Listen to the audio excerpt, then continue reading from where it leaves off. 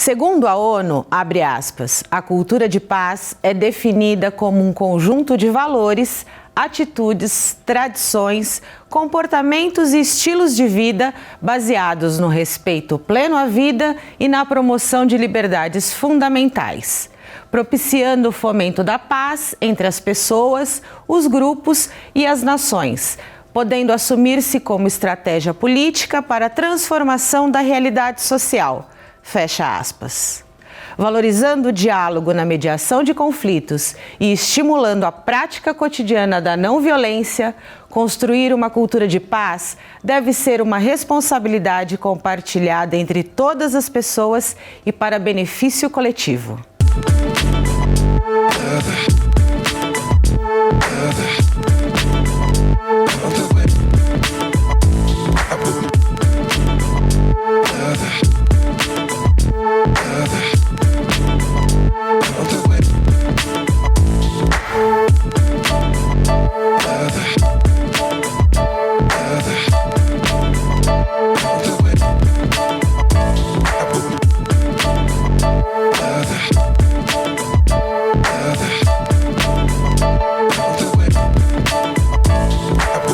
Olá, sejam bem-vindos, bem-vindas e bem-vindes à terceira temporada do Educando para a Diversidade. Esse é um espaço de construção de diálogos sobre empatia e inclusão dos vários aspectos da diversidade e que conta com o apoio do convênio Unesp Santander. Nós vamos iniciar essa temporada falando de uma das premissas desse programa, a cultura de paz. Afinal, educar para a diversidade também é educar para a paz. Nesta temporada, e seguindo as recomendações da Organização Mundial da Saúde, os nossos convidados participam de forma virtual. E hoje, para dialogar com a gente, nós recebemos Ana Maria Klein, docente na Unesp em São José do Rio Preto, doutora em Educação. Recebemos também a Raquel Cabral, que é docente na Unesp em Bauru, Relações Públicas e doutora em Comunicação. Ana e Raquel, muito obrigada pela participação de vocês. É um prazer tê-las com a gente. Obrigada, Patrícia. Obrigada, Raquel. É um prazer compartilhar essa sala de discussão com vocês. Obrigada, Patrícia. Obrigada, Ana. Um prazer estar aqui e realizar esse bate-papo com vocês. Obrigada. Que delícia, gente, de forma virtual, mas fazendo acontecer os nossos diálogos, né? Então, a gente começa falando sobre esse conceito, não é, de cultura de paz. Existe uma construção, não é, desse... Eu não sei se a gente pode falar que é só um conceito, né? Eu acho que é uma leitura de mundo, um pronunciamento, não é, dessa leitura de mundo quando a ONU se posiciona em relação a essa forma de ver, né, de falar sobre isso. Eu gostaria de que a gente comentasse, falasse sobre esse conceito, esse pronunciamento e a importância dessa leitura e dessa visão de mundo, que é a cultura de paz, né? Vou começar, então. Acho que quando a gente pensa em cultura de paz, a gente tem que ter claro que a gente está falando de um conceito amplo, né? Porque paz não é ausência de guerra, né? Esse seria um conceito negativo, né? Não ter guerra é paz, né? Como é que a gente pode falar de paz numa sociedade com a desigualdade que nós temos no Brasil, por exemplo, né? Com as violências, né, com o racismo, com a homofobia, com o machismo, com o feminicídio. Então, não basta não ter guerra, a gente precisa trazer um conceito mais amplo de cultura de paz, né, onde a gente busque uma convivência mais harmônica na sociedade. Então, quando a gente está falando de cultura de paz, a gente não está falando de um estado permanente, a gente está falando de um processo. Essa cultura de paz se faz no dia a dia, né? É em cada ação, é na relação com o outro e é numa sociedade mais justa, mais equitativa, com uma igualdade de direitos e onde a gente consiga superar a violência como uma forma, como se a violência fosse uma forma natural de lidar com os conflitos. Seguindo um pouco na linha do que a Ana coloca, né, concordo plenamente. Eu acho que entender cultura de paz significa compreender a complexidade da noção de paz, né, que vai muito além, de fato, da ideia de uma ausência de guerra, né? Na verdade, há autores que vão dizer e vão defender que há vários tipos de paz, né? Certamente, se eu perguntasse a qualquer pessoa qual é a ideia, qual é o conceito de paz que ela tem, certamente cada uma de nós, né, cada pessoa teria uma imagem, né, ou teria um conjunto de imagens, de imaginários, de significações em relação à noção de paz, porque é um termo complexo. E variando-se a cultura, a sociedade, a gente também encontrará variações de sentido, né?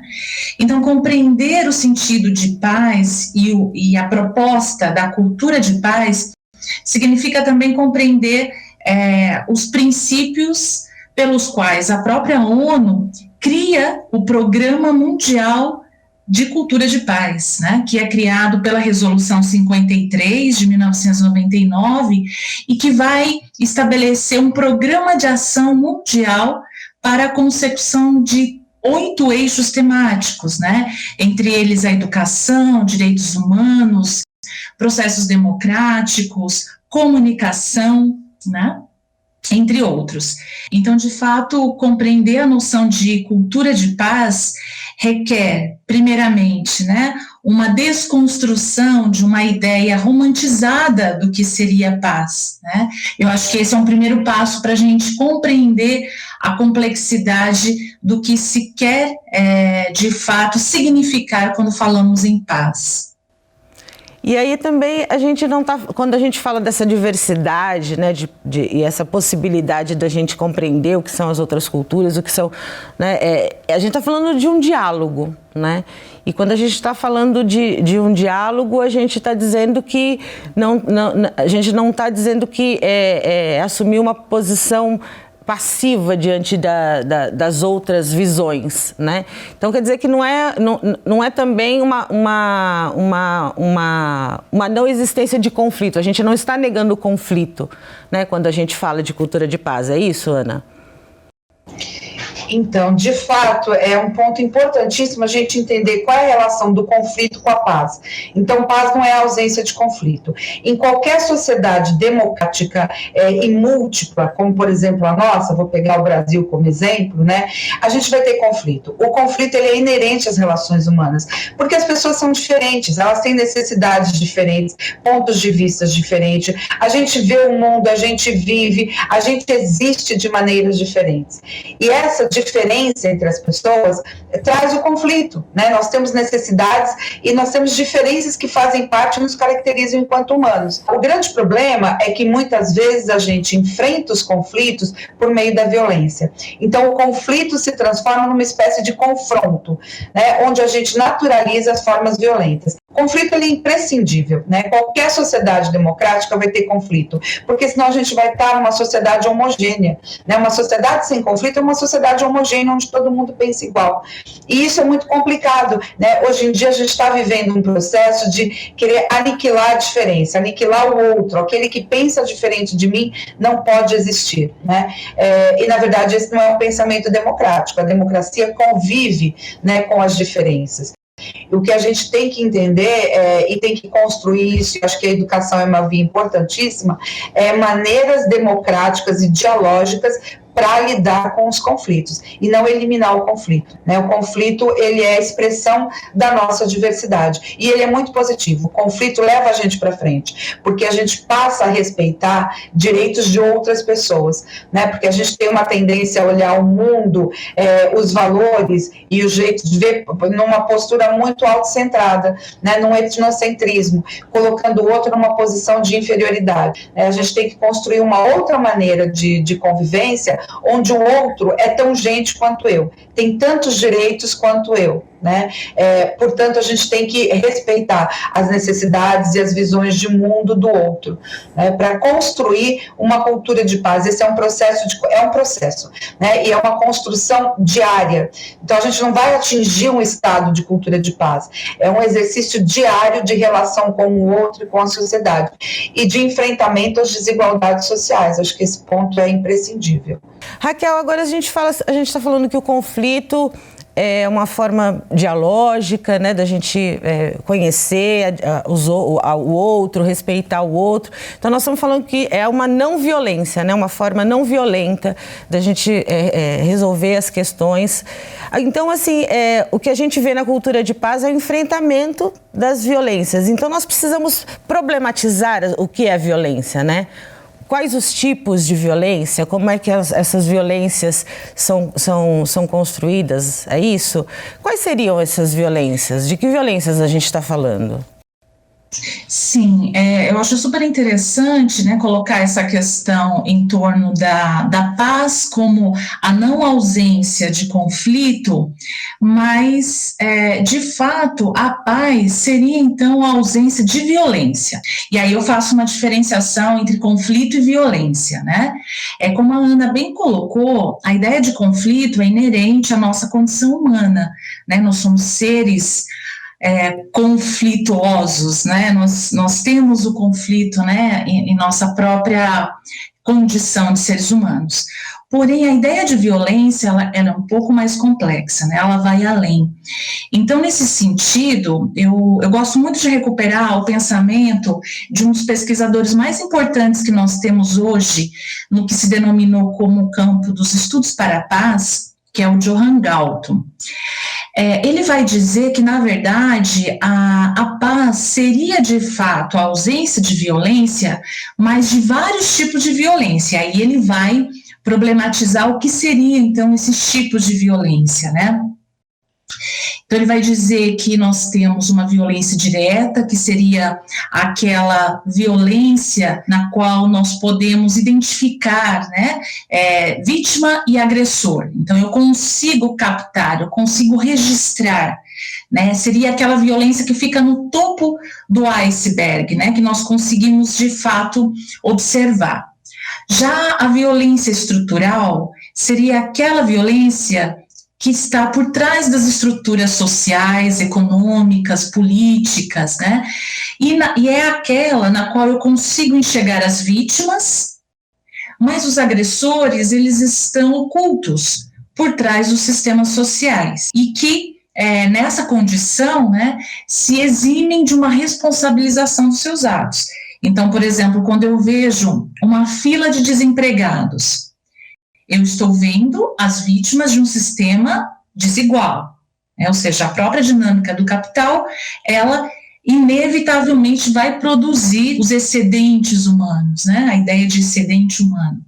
Então, a gente pode entender como uma violência da estrutura, ou seja, os agressores, de fato, eles estão ocultos, né, por trás das estratégias estruturais. Agora, a terceira violência que o Galtung vai dizer que seria a mais sutil e a mais sofisticada de todas é a violência cultural, que é aquela que está nos nossos discursos sociais, nos bens culturais. É aquela violência na qual eu não consigo identificar de fato, né, de forma evidente, vítima ou agressor, porque ela está o tempo todo na nossa cultura, seja por meio de filmes, da música, da literatura, da linguagem cotidiana, né? E é essa violência que vai, de fato, naturalizar e legitimar as outras violências, né? Então, veja, quando a gente pensa nessas três tipologias que o Galtung vai nos trazer, é interessante compreender que ele não está falando, né, e aí quando ele vai desenvolver a ideia de cultura de paz, ele não está falando que cultura de paz é passividade, né, muito pelo contrário. Eu acredito que ainda, né, com relação à noção de paz que nós iniciamos o nosso bate-papo, eu entendo que, mais do que o conceito de paz, né, nos remeter a uma ideia de ausência de conflitos, é importante a gente entender o significado em nossa cultura, né, linguística. Acho que talvez um significado mais próximo da ideia de paz que o Galton defende seria entendê-la como justiça social e não violência, né? Mas a não violência de maneira nenhuma significa passividade. Ao contrário, significa uma luta, resistências, né, compromissos e engajamento. E nós temos nessas tipificações, né, de violência que você trouxe, existe também as formas, né, dela se concretizar, né? Existe uma perversidade, não é isso? Que seria a institucionalização dessa violência, não é? E quando essa violência se institucionaliza, né, e aí eu gostaria que vocês falassem um pouco para a gente sobre isso, em que espaços isso acontece, como é que como é essa organização, né, e como é que ela opera e a quem, de fato, ela agride, a quem ela interessa, né, como organização, de forma organizada, na verdade, né? Eu entendo, Patrícia, que de fato, obviamente que nós temos, né, grupos de interesses específicos aos quais interessa essa violência institucionalizada. Eu, ainda fazendo referência ao pensamento do Johann Galton, há algo na literatura dele que nos remete a pensar de que forma, né, essas violências elas estão operando e se articulam, né, ou seja, na verdade, quando a gente pensa em uma determinada violência, ela nunca está isolada, né, porque quando eu falo numa violência direta, né, por exemplo, uma violência doméstica, eu não consigo enxergá-la sem pensar na violência cultural que sustenta essa violência direta, né? Na crença patriarcal da submissão da mulher ao homem, né? Ou seja, trata-se de fato de uma cultura de violência na qual há muito tempo nós estamos sendo educados. Certamente, né, se eu fizesse a pergunta a cada pessoa, né, do nosso país, qual é a imagem que se tem, né, sobre paz e violência? Quando eu falo essas duas palavras, certamente a ideia de violência é muito mais povoada de imagens, né, do que a ideia de paz. Será que isso é involuntário? Que isso é, de fato, algo gratuito? De fato, nós estamos sendo educados nessa cultura de violência há muito tempo, por meio de várias estratégias culturais. Quando a gente fala na institucionalização da violência, é importante a gente olhar para as estruturas, as instituições que fazem parte de nossas sociedades, como o sistema educacional, o próprio Estado, a igreja, a família, né, a própria indústria cultural, né, de como a própria mídia, ela produz, né, produtos, obviamente, que vão atender a determinados interesses. Então, é óbvio que para esses grupos interessa o silenciamento de determinados grupos sociais, obviamente, para favorecer a esses interesses de uma classe dominante. Espaços de, então, produção e reprodução de violências, né? Que a gente assiste, que a gente entende, que a gente traz e muitas vezes, né, como você fala dessa naturalização e recebe dentro dos espaços da nossa casa, recebe, né, de forma permanente. Né? Mas assim também nós vamos encontrar outros espaços que constroem de outras formas, né? Espaços de resistência, espaços que vão estar alinhados aí com a construção da cultura de paz, né? Continuando essa nossa conversa, Gostaria que vocês conversassem um pouco com a gente sobre a importância, então, dos diálogos, né, sobre diversidade nessa construção de uma cultura de paz, né? Nós falamos sobre a questão do conflito, que é importante a gente valorizar, compreender o conflito, que é um caminho de não violência. E aí nós falamos, então, da importância da gente compreender o que são esses diálogos de diversidade dentro dessa cultura de paz. Eu penso que a gente não consegue falar em uma cultura de paz se a gente não tiver a promoção dos direitos humanos. E os direitos humanos passam pelo entendimento de que o outro é um ser igual a mim. O diálogo é imprescindível para que eu possa entender quem é esse outro, né? Porque o diálogo pressupõe escutar, enxergar um outro, né? E escutar esse outro e as suas necessidades.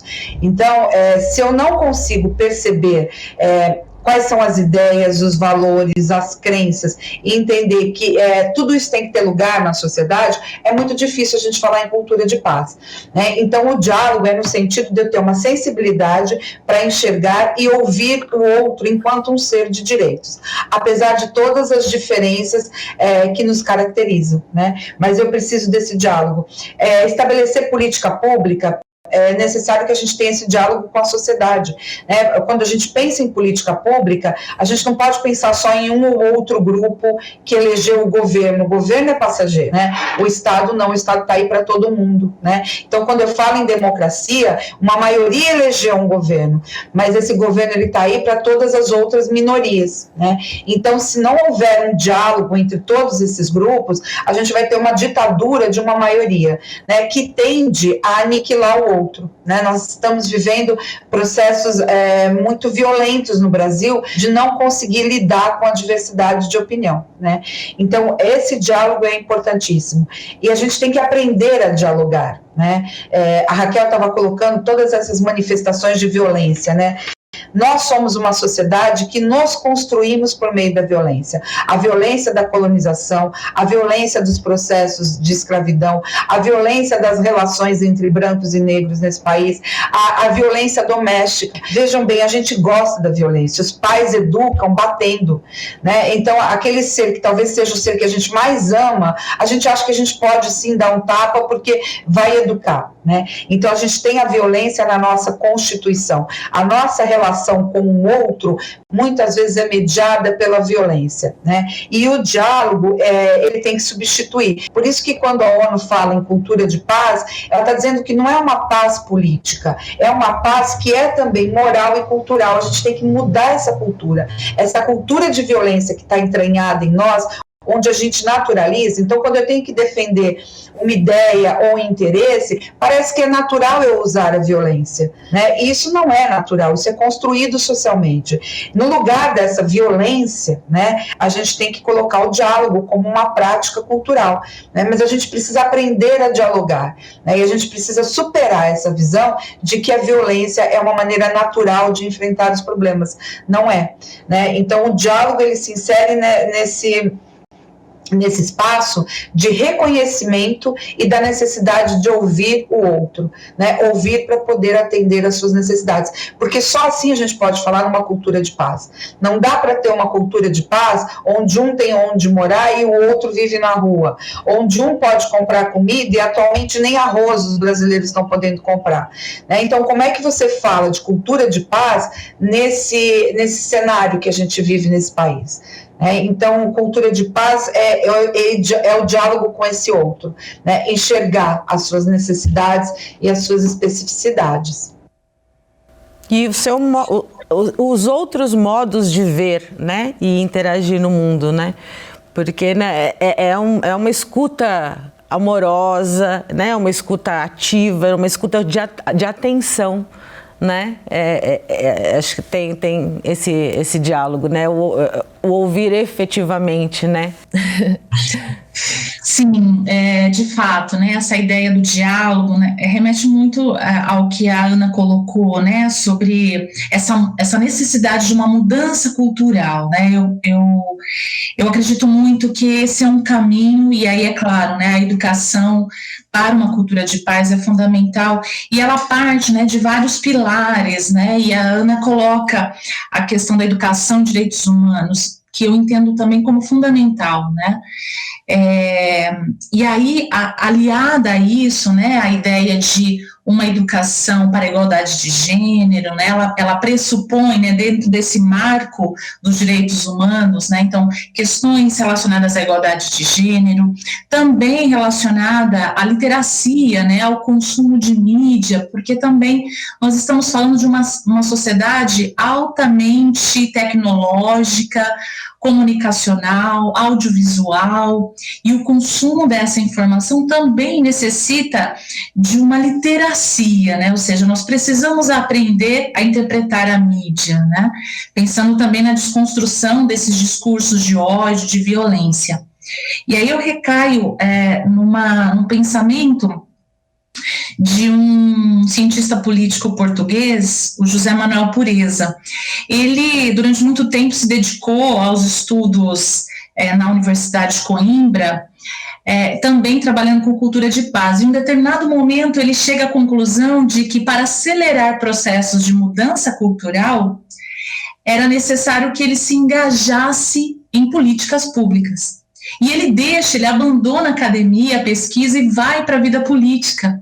E me parece muito curioso, né, essa atitude dele, porque o que ele está nos indicando? Que há necessidade de pensarmos em ações estratégicas educacionais voltadas para uma mudança cultural, mas aliadas a políticas públicas que aceleram esse processo. Né? Então, aí eu acredito nessa junção, né, de se pensar no diálogo social, em estratégias educacionais e associado a políticas públicas que vão, de fato, implementar essas mudanças. E aí a ideia de empatia, né, que perpassa a ideia do diálogo, é fundamental, mas não uma empatia que se resume à ideia de se colocar simplesmente no lugar do outro, mas é uma empatia de fato comprometida, né? Ou seja, como é de fato estar no lugar desse outro, né? E aí, claro, isso tem que reverberar, né, em nossa própria consciência, nosso lugar no mundo. Aproveitando, né, essa empatia que você chama, né, essas ações que você traz, né, para que a gente olhe, de fato, se coloque e dialogue, né, com possibilidades de fazer e de acontecer, desses olhares, desses outros olhares. Eu quero convidar a gente para conhecer agora um projeto da Suzy Dornelas Rocha, que é uma educadora egressa do mestrado profissional em Educação Física em Rede Nacional, que é coordenado pela Unesp. A Suzy é uma das vencedoras do Prêmio Educador Nota 10, com esse projeto que é de valorização da identidade afro-brasileira. Vamos ver o projeto da Suzy.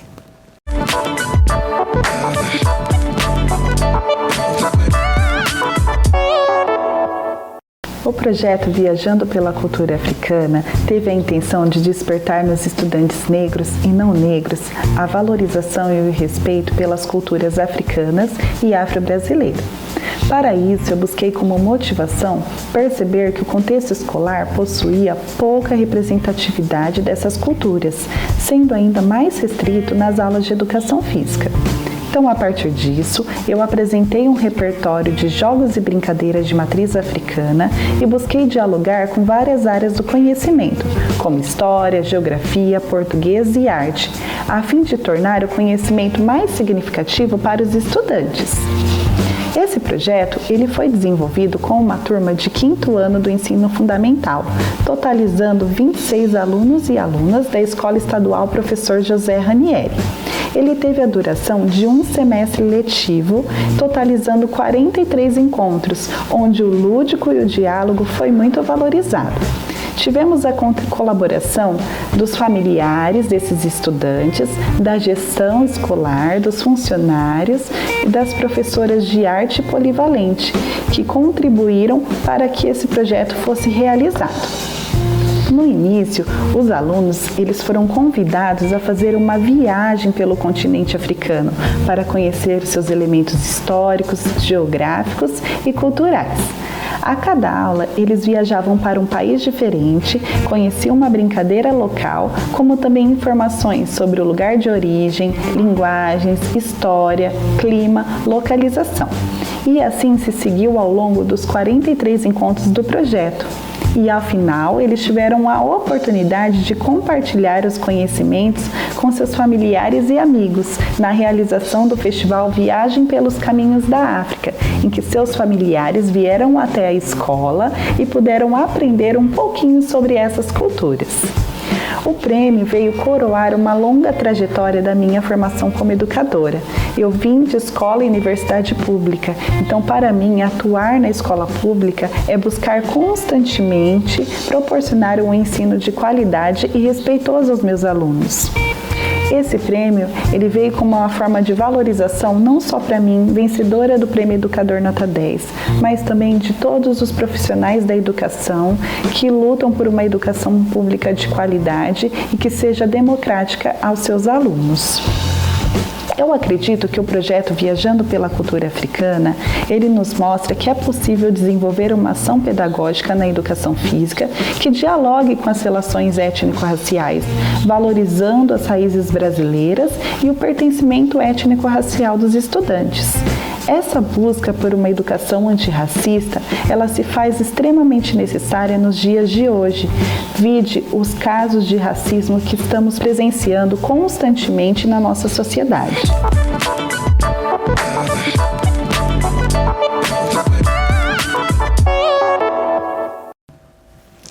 Parabéns, Suzy, eu também acredito.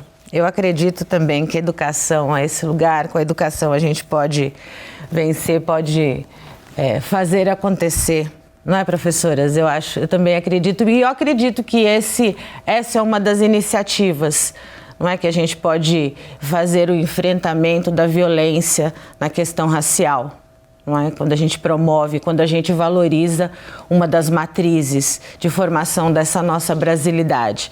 Não é? Valorizando, ajudando a efetivar, por exemplo, uma legislação, né? A Lei 10.639, que altera a Lei de Diretrizes e Bases. Né? Isso é cultura de paz, não é? Isso é a construção da cultura de paz, não é, professoras? De fato, né, porque a cultura de paz é algo ativo, né, que a gente constrói no dia a dia, e é imprescindível, né, a gente entender que a cultura de paz pressupõe esse diálogo e essa relação com o outro, né, a não homogeneização da sociedade. Então a gente, para ter uma educação antirracista, a gente precisa ter um papel ativo, né, e olhar para essas questões que estão na escola, está presente o tempo inteiro. Né? E a gente não pode se calar ou achar que é uma brincadeira, a gente tem que enfrentar esses racismos cotidianos, e a escola é um espaço fundamental. Quando a gente está trabalhando com essa questão dos direitos humanos, a gente não está educando só em conteúdo, a gente não está educando só mentes, né? A professora Maria Vitória Benevides, que é uma referência para os direitos humanos, ela fala que a gente precisa educar mentes e corações, né? Então a gente precisa enxergar o outro, né? Também com a afetividade. Então a gente ser sensível a outras culturas, entender que não existe uma questão valorativa de um ser melhor do que o outro, é diferente, e a gente aprende com essas diferenças. Então quando a gente se apropria de jogos e traz esses jogos para as aulas de matemática, de brincadeiras e traz essas brincadeiras para a educação física, de contos e histórias e traz isso para as aulas de literatura, né, a gente está valorizando outras formas culturais. Então é uma postura ativa, né, em relação à diversidade, não é discurso, né, é trazer isso para o cotidiano da sala de aula. Reconhecimento, né, Raquel? Concordo com a Ana, concordo com você, Patrícia. Eu acho que o trabalho que a Suzy mostra para a gente, né, revela esse objetivo de desconstruir violências, né, desnaturalizando determinadas imposições hegemônicas, né, que nos foram passadas ao longo do tempo. Afinal de contas, né, é sempre importante a gente se questionar também sobre a imposição de determinadas formas de conhecimento, por exemplo, no ensino de história. Né? Qual é o ensino de história que nós recebemos no ensino fundamental, no ensino médio, e que talvez tenha mostrado apenas um lado da história, a história dos vencedores, e silenciado a história dos vencidos, né, das vítimas. Então, eu entendo que essa forma que a Suzy encontra é uma forma de enfrentamento não violento, ou seja, utilizando uma estratégia de não violência para enfrentar a violência. E aí que reside, né, aí nos princípios de Gandhi, a ideia da desconstrução do ciclo de violência. E é claro, né, quando a gente fala em não violência, a gente não está falando em passividade, mas numa luta, numa resistência engajada, que parte do reconhecimento do outro. Dessas resistências, né? Porque quando ela fala, quando ela traz a valorização de toda essa história, de toda essa presença negra e descendente de africanos, ela fala de como foram esses processos de resistência, né? De toda essa existência, como é que foi valorizada, como é que foi preservada dentro da nossa brasilidade, né? A declaração para uma cultura de paz, ela fala especificamente da importância da educação, né, como uma das medidas para que a gente tenha, para que a gente construa essa paz, essa cultura de paz através da não violência. Ela tem especificamente essa importância. E através, eu acredito que em projetos como esse da Suzy, em outros projetos, inclusive na universidade, né? Em ações como o Educar para a Diversidade, não é? Que tem as suas ações, tem os seus propósitos e traz na pesquisa, na extensão, não é isso? A eficiência é um compromisso, não é isso? Com uma cultura de paz. É porque a educação, quando a gente nasce, né, nós nascemos biologicamente humanos, mas a gente ainda não tem todos os comportamentos necessários para viver na sociedade. Então, o ser humano depende de processos educativos, né, sejam eles processos educativos formais, como é da escola, da universidade, ou os não formais e os informais, né. Então, a gente depende de processos educativos para a gente aprender a conviver numa sociedade. Então, a educação, ela pode, sim, né, construir uma cultura de paz, né, por meio do reconhecimento do outro, por meio da afetividade, né, da valoração positiva de outras culturas, né, de superar esse olhar etnocêntrico que valora a cultura do outro, né? Então, a educação é imprescindível para a formação do ser humano nessa convivência social. E a gente fala em convivência social, a gente fala em construção de uma sociedade e a gente fala de todas as pessoas que atuam, né? Todos os sujeitos que atuam na construção disso. E assim, agora eu gostaria de abordar com vocês, existem alguns outros aspectos que também são muito importantes, né, para a gente falar sobre a educação, né, trazendo a questão das aprendizagens em competências sociais, culturais, cooperativas, não é? O que seriam essas aprendizagens? Quando a gente está pensando em uma cultura de paz, e eu tenho enfatizado isso, a gente não pode deixar de lado a questão dos direitos humanos, né? E para a gente ter uma sociedade promotora dos direitos humanos, a gente precisa educar as pessoas conscientes desses direitos, que são todos interdependentes, né? Então não dá para ter paz, né, se a gente não tem uma certa equidade, se a gente não tem equidade social. Né, não dá para ter paz dentro dessa violência de gênero que a gente enfrenta. Enfim, então a gente precisa educar nesse sentido. essa educação não é uma educação conteudista. A gente precisa ter conhecimentos, mas a gente precisa construir isso como valor. Valor ético, né? Se eu não tenho o outro e a sua diversidade como um valor ético, né, só ter conhecimento não adianta. Então, eu preciso construir valores éticos. E, ao mesmo tempo, a gente precisa construir mecanismos de saber como reivindicar e como promover direitos socialmente. Então, nesse sentido, que tipo de educação para a cidadania e para a cidadania ativa a gente está fornecendo para os nossos alunos, né? Eu preciso saber reivindicar direitos, né? Então eu preciso trabalhar, eu não saio reivindicando sozinho os direitos na rua, né? Então a gente tem que saber trabalhar de maneira cooperativa, né? A gente tem que saber como é que a gente se coloca, quais são os argumentos, né? E obviamente a gente tem que conhecer os nossos direitos, senão a gente não consegue reivindicá-los. E ao mesmo tempo a gente tem que ser sensível às novas necessidades sociais, né, para que novos direitos sejam conquistados. Então, nesse sentido, a gente precisa de uma educação para a cidadania ampla, que não pode se limitar a um ensino formal de conteúdos, né? Eles são importantes, mas eles não são únicos, né? Então, a gente precisa dessa disposição, eu preciso ter valores éticos e eu preciso ter mecanismos práticos de ação para saber como é que a gente faz isso socialmente. E essas são competências que nós estamos entendendo que são urgentes dentro dessas aprendizagens que nós estamos tratando na cultura de paz. É isso. E quando vocês falam assim sobre essas aprendizagens que nós vamos, né, nós falamos, nós não falamos sozinhos, né, nós reconhecemos os outros. A Raquel falou muito sobre as linguagens, né, sobre a gente, o que é dito, o que é ouvido, né, o que é reproduzido e o que é reproduzido. E aí a gente veio um pouco sobre peço um pouco de atenção sobre essa questão da comunicação, né?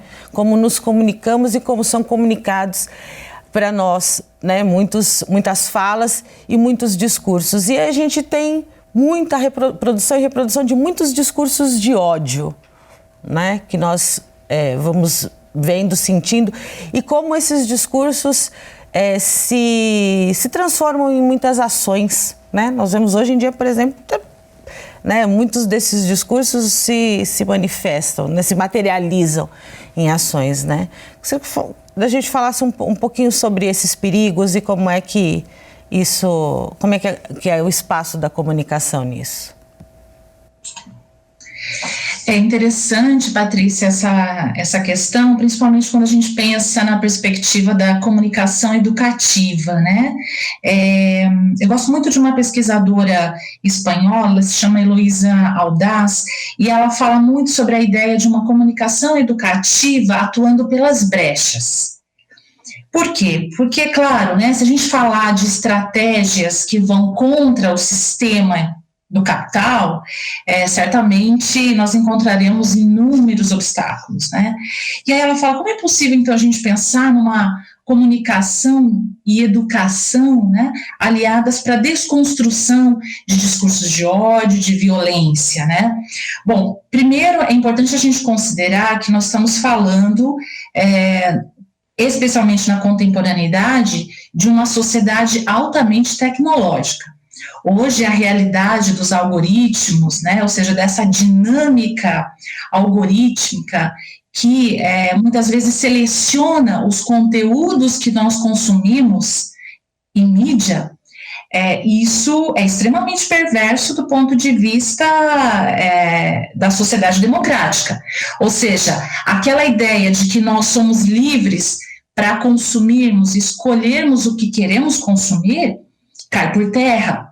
Porque hoje nós estamos diante, né, de escândalos como a Cambridge Analytica, também outras situações, né, que questionam, inclusive, o papel democrático das mídias, das redes digitais. E é nesse espaço, né, que ainda está sendo desenhado do ponto de vista legal, que nós encontramos a proliferação desses discursos de ódio, que vão contra, especialmente, determinados grupos em situação de vulnerabilidade histórica, né? Então, para que a gente possa fazer frente a esse movimento, né, que vem crescendo com a ascensão da extrema-direita ultraconservadora no mundo, é importante a gente compreender as estratégias tecnológicas de comunicação e educação e informação, para que, de fato, a gente possa combater a desinformação. Né? Ou seja, a ideia de fake news, por exemplo, né, que vai nos remeter à necessidade de repensarmos a produção de conteúdos e uma educação para as mídias, né? Ou seja, preparar as pessoas, né, para lidar com os conteúdos midiáticos. Então, é nessa direção que eu penso que a atuação dos movimentos sociais é fundamental para nos ensinar, né, isso que a Ana bem colocou, a ideia de reivindicação de direitos, né, nos ensinar a reivindicar. Nós aprendemos com os movimentos sociais sobre isso.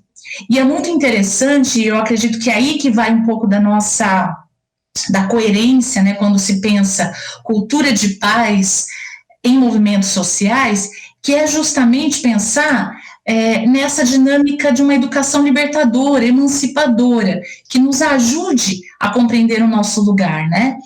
E até para finalizar esse meu pensamento, eu trago uma metáfora bem interessante do professor Nilson Machado, da USP, que ele fala muito bem sobre essa relação paradoxal, né, da ideia de uma violência para combater outra violência, né, que é uma discussão muito polêmica nos movimentos sociais, principalmente nos movimentos mais radicais, né, ou seja, a violência em sociedade ela é tão grande, ela é tão sofisticada, ela é tão perversa, que só é possível desconstruí-la a partir do combate. Então, é a ideia da violência para desconstruir violência. E ele traz uma metáfora, ele diz o seguinte, como é possível que um professor que vai ministrar uma suposta disciplina sobre tolerância e diversidade, que esse professor seja tão duro, né, ou tão intolerante com um estudante que chega 30 minutos atrasado para a aula porque perdeu o ônibus? Com esse exemplo, ele está nos chamando a atenção para a importância da gente pensar que há de existir uma coerência, né, entre aquilo que nós estamos trabalhando do ponto de vista discursivo e as nossas atitudes. Então, essa metáfora cabe perfeitamente no caso que nós estamos discutindo, né, sobre o papel fundamental dos movimentos sociais para uma educação para a cidadania, que é justamente a coerência entre discurso e prática. Eu entendo que nós estamos diante de forças poderosas do sistema do capital, de grupos de interesse, né, que travam lutas, enfrentamentos com os grupos em situação de vulnerabilidade, mas eu entendo que uma saída possível, e só é possível quando a gente rompe com o ciclo de violência. E aí, para isso, a gente precisa de uma educação libertadora, né, nos princípios dos quais Paulo Freire tão bem nos ensinou. Só complementar não, concordar muito com o que a Raquel fala, da importância dessa coerência entre teoria e prática, né? Quando a gente pensa em valores éticos, valores morais, né, numa perspectiva construtivista, a gente vai dizer, um valor é algo que é importante para a gente, né? E algo se torna importante para a gente quando a gente vivencia. Então, pouco adianta eu dar uma aula sobre democracia se eu sou um professor autoritário. Pouco adianta eu falar de tolerância se isso não está presente, né, no dia a dia e nas minhas atitudes. E a mesma coisa em relação aos direitos humanos. A gente está falando da importância da convivência com o outro, né, da diversidade. Se a gente não traz isso para a escola, não adianta eu ter um discurso, né? Os nossos alunos não vão aprender com as nossas palavras, eles vão aprender com a convivência, né? E daí a importância do projeto, né, que a SUS nos apresenta, que é levar isso para uma vivência, né? É assim que a gente vai aprender a valorizar o outro, diferente, né? Então a gente tem que ter essa coerência naquilo que a gente pratica. O ambiente escolar, ele é inteiro educativo. Eu não estou aprendendo só quando eu estou na sala de aula, eu aprendo quando eu estou no parque, né? Eu aprendo na hora do intervalo, eu aprendo no respeito com que é servida a merenda para o aluno, né? Eu aprendo no respeito com que o professor me atende quando eu tenho alguma dúvida, né? Então, tudo isso isso faz parte da gente construir uma relação respeitosa com o outro, né? Então não adianta só estar no discurso, como a Raquel colocou, é uma questão da coerência mesmo, né, de fazer, né, aquilo que a gente está falando. Do estar juntos, né? Do convivendo, do ouvir, do ver, do prestar atenção nesses modos, nesses diversos modos de agir, né? Da gente entender, né, essa história, saber por que o ônibus atrasou, né? De onde vem essa pessoa, né? Qual o interesse dessa pessoa em fazer aquele curso, o que ela vai fazer com aquele curso, né? São tantos os diálogos, né, importantes. E aí, quando vocês trazem essa coerência dos movimentos sociais, né? Como eles estão alinhados a essa questão da construção da cultura de paz, me faz mesmo compreender essa coerência, porque é a questão do diálogo, né? O movimento social tem esse princípio mesmo, né? É da sua característica, né? Não pode ser outra coisa senão viver a leitura daquela realidade, né? Fazer a leitura, problematizar aquela realidade em diálogo com todo mundo e querer, né, intervir para transformar aquela realidade. Essa é a relação que faz com que seja tão coerente o movimento social com o princípio da cultura de paz? É isso?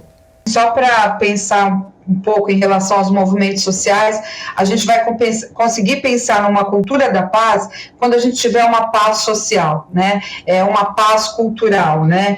Então, é importante a gente saber que muitas vezes o que o movimento social faz é expor os conflitos que estão na sociedade. Somos diversos, né? E os movimentos sociais, eles são importantíssimos, porque eles expõem esses conflitos. Não dá para ter paz social com desigualdade, com opressão, e os movimentos sociais trazem isso para uma discussão, né? Então eles são importantíssimos porque a gente consegue dar visibilidade a esses conflitos que estão permeando relações de opressão, relações de violência. Então é muito importante a gente considerar e trazer para a discussão quais são as reivindicações desses movimentos sociais. Eles têm que estar na base, né, da formulação de políticas públicas, eles têm que ser escutados, né, porque eles trazem anseios e necessidades dos grupos que estão ali vivendo situações de desigualdade, de opressão, de violência.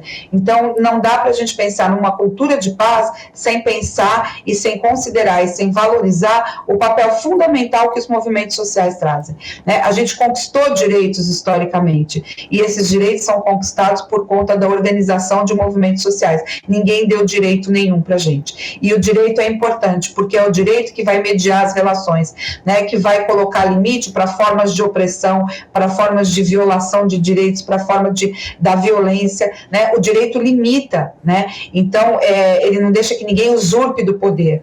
Então, é importantíssimo o papel dos movimentos sociais na conquista desses direitos e para a sociedade enxergar quais são os conflitos que permeiam a nossa existência. A gente enxerga o mundo da nossa bolha, né? E os movimentos sociais vão apontando para a gente todas as contradições e as relações de injustiça que estão aí, né? Então, não dá para a gente pensar numa cultura de paz sem dar voz a todos esses grupos. Dar voz não é, eles estão colocando a voz deles, né? Mas é sem considerar essa voz, né? Sem dialogar, não é? Com eles, né? Com todos, né? Sem dialogar a gente não tem cultura de paz, não é isso? Né? Sem um diálogo franco, sincero, né? E desconstruindo tudo que a gente pensa sobre ação, né? com violência. Bom, então, nós vamos chegando ao fim com o Educando para a Diversidade de hoje. Eu agradeço muitíssimo a presença de vocês para esse diálogo, para a estreia dessa nossa terceira temporada, Ana, Raquel, com esse tema muito importante, fundamental para a gente, né? Começar um Educando para a Diversidade. Obrigada, Raquel. Obrigada, Ana. Eu que agradeço o convite, um prazer estar aqui com vocês, dialogar sobre cultura de paz. Obrigada. Também agradeço, Patrícia, a mediação, Raquel, o diálogo, né? Espero que as pessoas que assistam também tenham o mesmo proveito que eu tive aqui ouvindo vocês. Muito obrigada. E a gente vai, então, caminhando, construindo, nessa caminhada de construir a cultura de paz. O Educando para a Diversidade conta com o apoio do convênio Unesp Santander e fomenta discussões sobre inclusão e diversidade. No nosso canal no YouTube, você confere os episódios já exibidos. Você se inscreve e fica por dentro de todo o nosso conteúdo.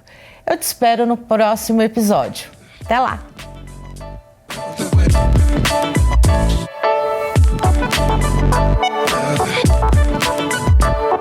Yeah.